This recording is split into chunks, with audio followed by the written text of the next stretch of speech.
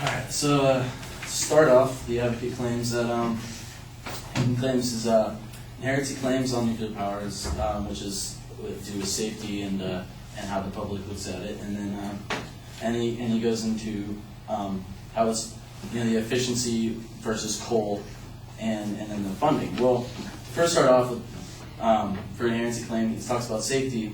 He talks about the fact that with the incidents happening in Chernobyl and to Japan, well, yeah, those were minor accidents, but how do we know in the future that with new technology, how do we know that that's going to be perfect too? I mean, something can happen. Oh, what about natural disasters, something we have no control of that could affect it? On account of most nuclear plants are built near water because they use water to cool down the nuclear power.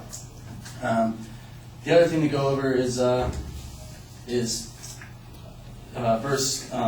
significance.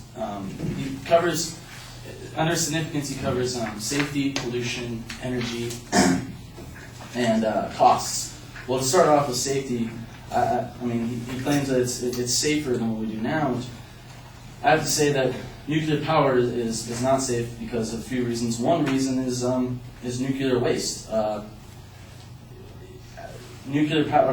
Power plants produce a lot of nuclear waste, and the problem with nuclear waste is there's no way to get rid of it. I mean, right now, America holds it in holding cells, but this article called Nuclear Power explains that a nuclear power plant generates 20 metric tons of used nuclear fuel a year.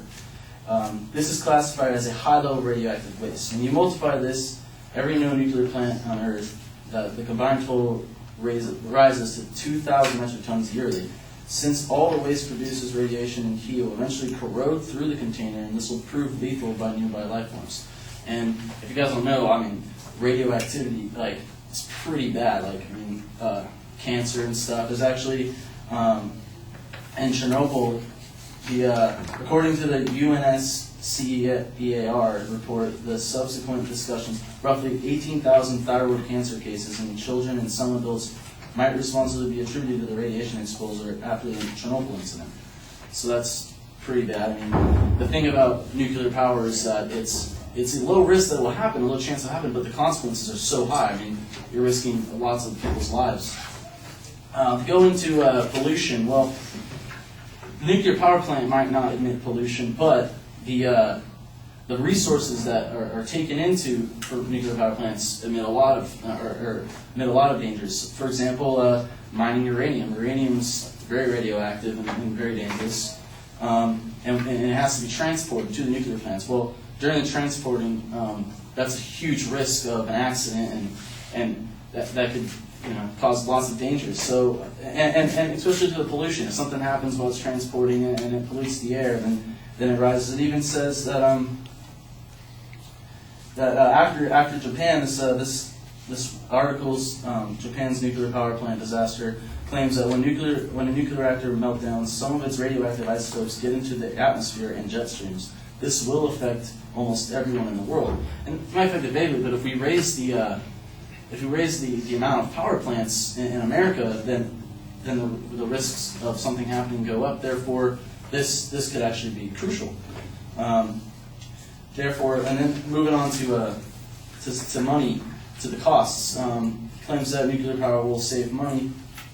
Well, the problem with that is uranium right now might be considerably cheap for now, but in the future, there's only so much uranium. There's only so much resources that we have. So as it runs out, the prices will go up because demand is really high for it, especially if there's 100 new plants by 2030. Uranium only lasts. This website claims that uranium only lasts about the next 30 to 60 years, depending on the actual demand, and then demand will go up. Therefore, it could even go down, which then goes into if by the time that the uranium runs out, are we even saving money at that point? Because now we have to find a new resource to create energy. The other thing he goes on to is energy for the significance. And America doesn't really need more energy. America needs more efficient energy. Well, this article under the website substantialbusiness.com claims, according to the new studies of NYU's Stern School of Business, geothermal and wind energy are more efficient and are yielding greater returns on the R&D, research and development, invested in them than most other renewable energy alternatives. So if we're talking about, if we're not talking about more energy, we're talking about more efficient energy. Well, there's a lot more, these claim that wind and geothermal energy is more efficient, and it's not as dangerous. I mean, like I said, the consequences for power plants is really severe. I mean, cancer and stuff for thousands of people. So, there's that, and then therefore, nuclear power will not last long.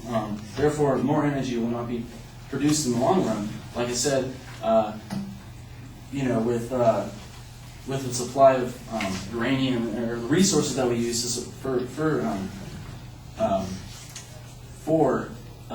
nuclear power plants, eventually that will run out. Therefore, how are we even producing more energy in the long future? I mean, this is supposed to be an efficient, known as an efficient way.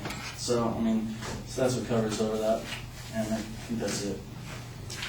Yeah.